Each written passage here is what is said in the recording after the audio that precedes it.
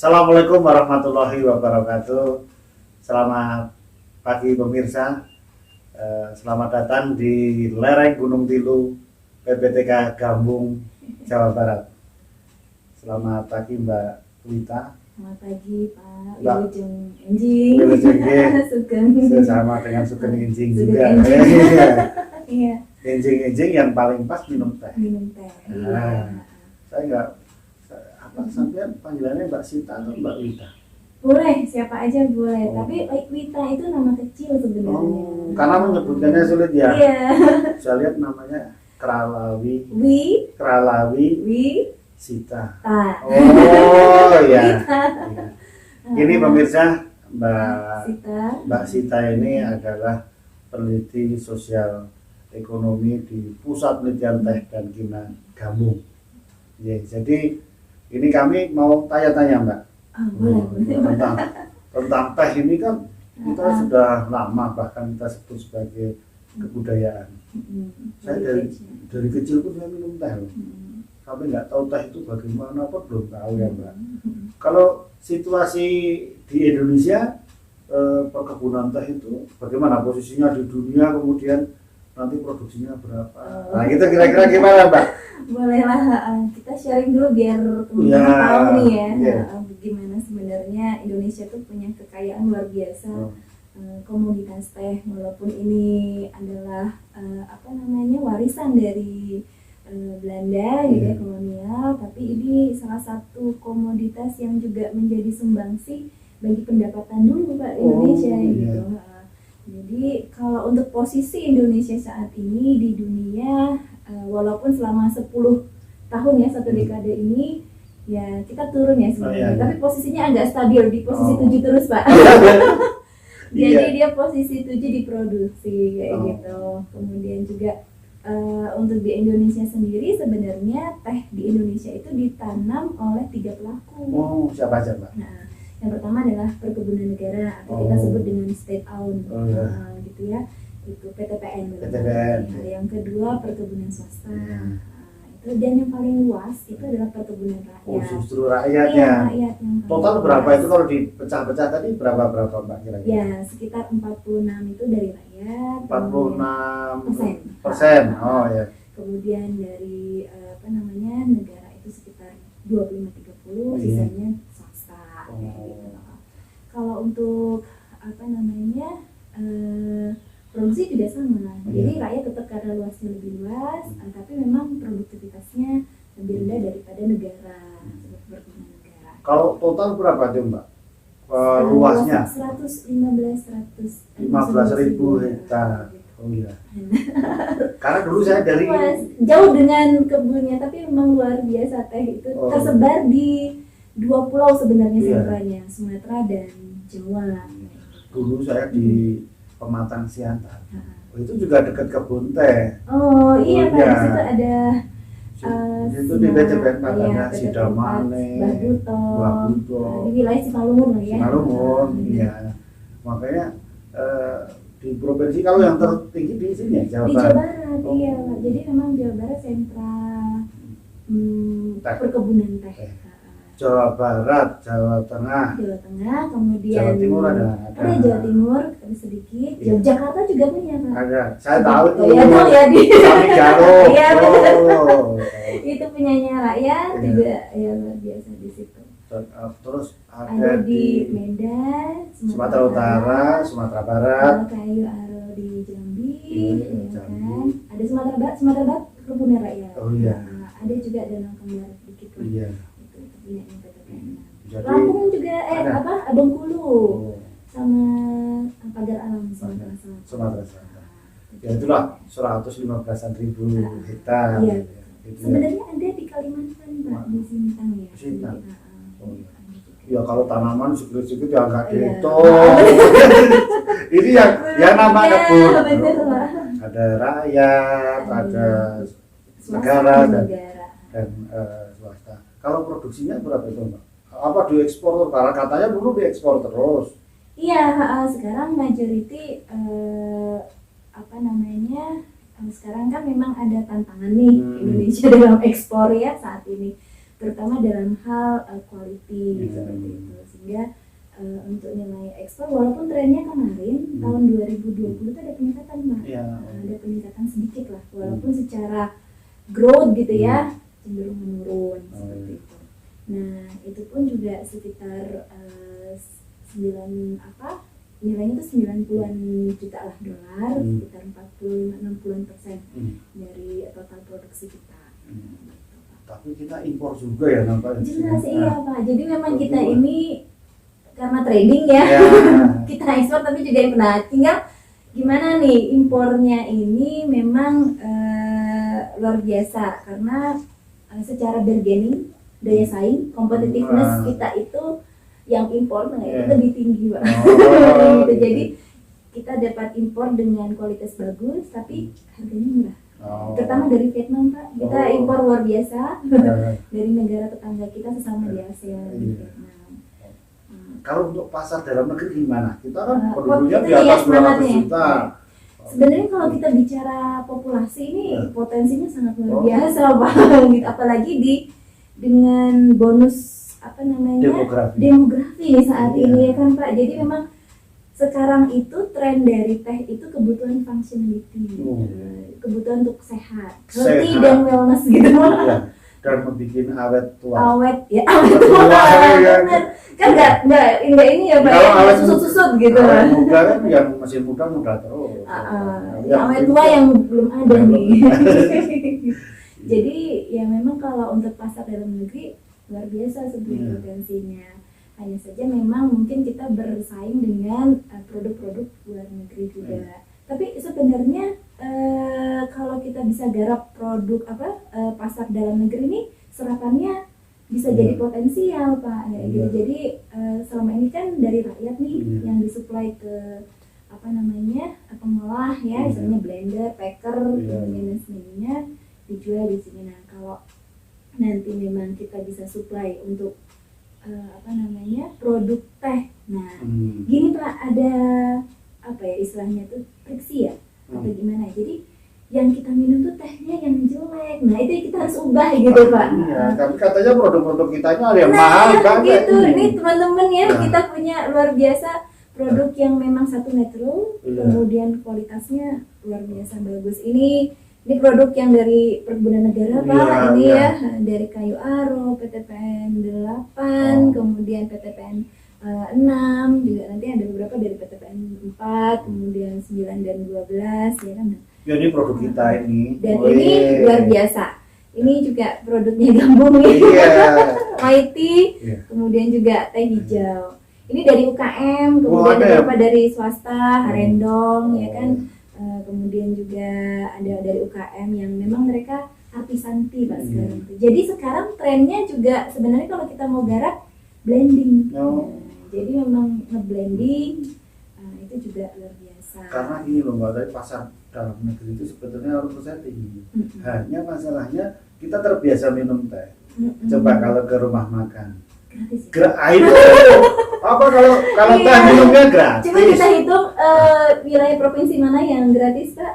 Pertama di mana coba? Di Jawa Barat. Nah, itu dia memang itulah yang terjadi Pak. Jadi di sentranya sebenarnya itu mungkin secara kultur mereka ingin menyajikan ini loh teh. Sebenarnya. Ini tehnya selalu padahal saya bukan apa-apa kemana-mana. Teh paling enak ini di Jawa Barat ini. Ya kan? Saya kan variannya banyak ya Pak. Minum teh itu kan kalau di Jawa Tengah sana suka yang wangi dan manis. Teh wangi. Teh wangi kan gitu. Kalau di sini tawar aja rasanya teh hijau seger atau gitu. Wah, itu yang beda. Teh gelang gitu Pak kalau di sini. Gitu ya. Makanya saya baru kesini rasanya enak sekali gitu. Tanpa pakai gula ya Pak. Pakai gula. Karena dulu kebiasaannya kalau kita itu kan minum itu kan kalau di Jawa itu harus pakai gula. Nas ditelpek. Panas lagi kental sama sepet. Dan pasar itu Mbak. Saya kan kalau perjalanan dari Medan ke Jawa misalnya, itu istilahnya beda-beda loh Mbak. Apa itu Pak? Jadi kalau di sana kalau nyopir itu pesen Mbak mandi. Belum kok mandi. Kan gitu. Ternyata ada singkatannya. manis dingin. Oh, manis dingin. Jadi itu teh, istilah teh. Tapi cold brew ya, dingin ya? Itu maksudnya kasih es. Kasih es kan? Kasih es, tapi ini istilahnya mandi di sana. Manis dingin. Ya. Nah, teh manis dingin. Nanti kalau ke selatan lagi lain lagi istilahnya. Apa lagi tuh, Pak? Istilahnya bukan manis lagi, TS. Teh pakai es? Ya, teh itu pakai manis juga. Manis, teh. ya. Beli TS. Gitu. Nanti kalau di Jawa lain lagi. Beli apa? Es teh. Es teh. Kayak gitu. Jadi konteksnya yang dingin tapi namanya beda-beda. Tapi intinya itu adalah teh semua. Iya. Sekarang ada UKM es teh yang luar biasa, Pak. Namanya sekarang yang milenial itu mendirikan kayak franchise namanya es teh. Itu sudah melekat sekali di kita. Produknya dikemas dengan menarik gitu kan. Nah, itu sebenarnya juga bisa meningkatkan konsumsi. Karena konsumsi kita itu masih di bawah 0,5 kilo, Pak, per tahun per kapita. Apakah 0,36 kilo atau 360 gram? Itu jauh sekali. Yang tertinggi kan Turki. Turki itu 3 kilo. 3 kilo per kapita, Pak, per orang per tahun. Bayangkan dia minum terus ya. Iya. Dan dia juga biasanya pakai kayak gula bentuk kecil-kecil. Iya. Tadi saya mau cerita apa? Jadi ini ya, Pak, karena kita excited banget gitu. Mungkin mengenai cerita teh, ingat saya. Jawa. Bukan, kalau di Medan. Pesen teh itu jangan sampai salah. Oh, gimana itu, Pak? Karena saya ada. Nanti takutnya pesen teh putih. Ada gitu ya, Pak? Ada. Ternyata saya bilang air putih itu teh gitu. Jangan salah. Nah, ini harus kita luruskan. Teh putih. Air putih itu. Iya, benar. Soalnya sekarang itu ada istilah-istilah, Pak. Yang pertama adalah tisen. Nah, itu ada yang murni origin. Jadi memang murni itu teh full kayak gitu ya. Teh memang teh hitam, teh hijau, teh putih, teh oolong gitu, teh dark tea gitu, teh yang berat kalau di pu'er tea. Nah, itu origin gitu. Jadi memang teh tubruk tuh kadang itu kan hanya penyajian. Nah, itu tapi kadang dikasih flavor kan, Pak. Ada itu melati kan. Nah, itu ini ada original. Yang teh tubruk itu sebenarnya kayak model pisan blending. Jadi dia di blend dengan flavor tea gitu, flower, kemudian buah gitu, Pak. Itu kemudian ada herbal teh. Herbal teh itu sebenarnya nggak ada tehnya sama sekali gitu. Jadi berarti menumpang nama teh ya. Karena mungkin sistem peseduhannya ya, nyedurnya itu kali ya. Jadi kalau herbal teh itu murni dari misalnya Pak, Purwoceng misalnya. Teh Purwoceng, murni itu Purwoceng aja istilahnya. Kemudian teh daun jati Cina, teh jati Cina ya ada. Nah, itu memang khusus untuk itu. Jadi herbal teh seperti itu. Iya. Ini terakhir, Mbak. Kita ngomong-ngomong nanti kita serial. Ini di dalam masa pandemi. Konsumsi orang teh itu meningkat atau menurun, Mbak? Betul. Nih, saya mungkin bisa gambarkan kondisi di kita sama di global ya. Nah, saat ini sebenarnya permintaan untuk konsumsi atas teh itu di dalam negeri sama di luar negeri itu meningkat.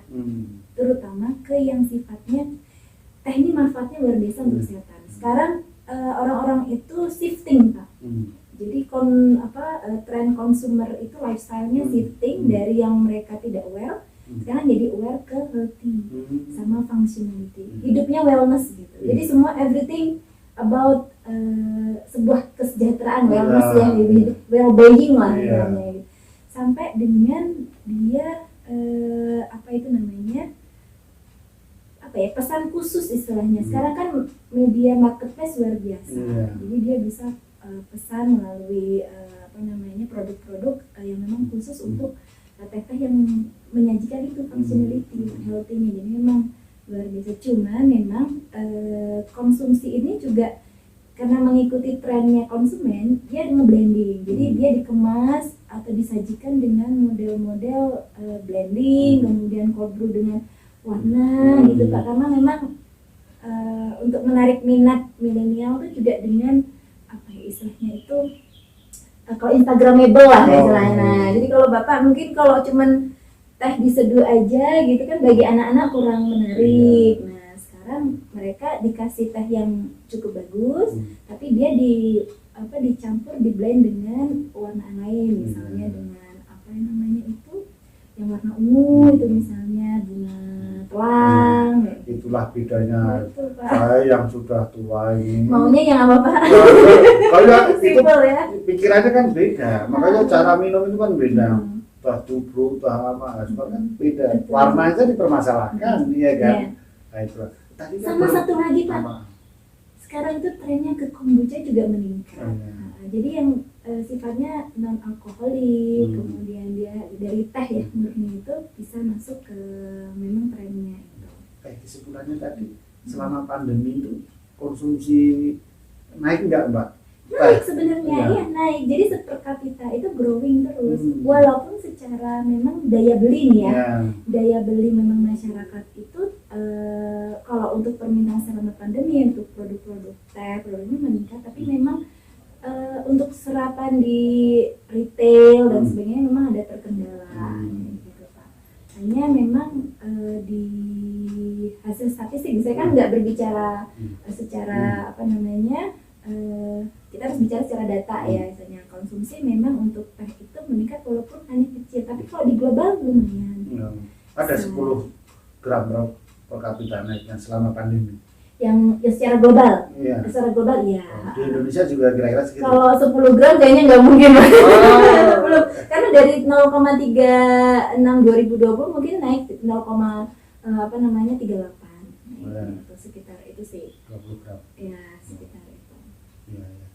Oh, yang penting itu tadi karena care awareness tadi terhadap kesehatan tadi, makanya meningkat meskipun kecil karena daya belinya juga, karena kan memang ya daya belinya itu, Pak, inflasi, kemudian apa namanya, tantangan secara ekonomi, jadi membuat ini. Cuman memang mereka mungkin ada belanja yang dikurangi tapi untuk kesehatannya dinaiki. Contohnya teh gitu, Pak.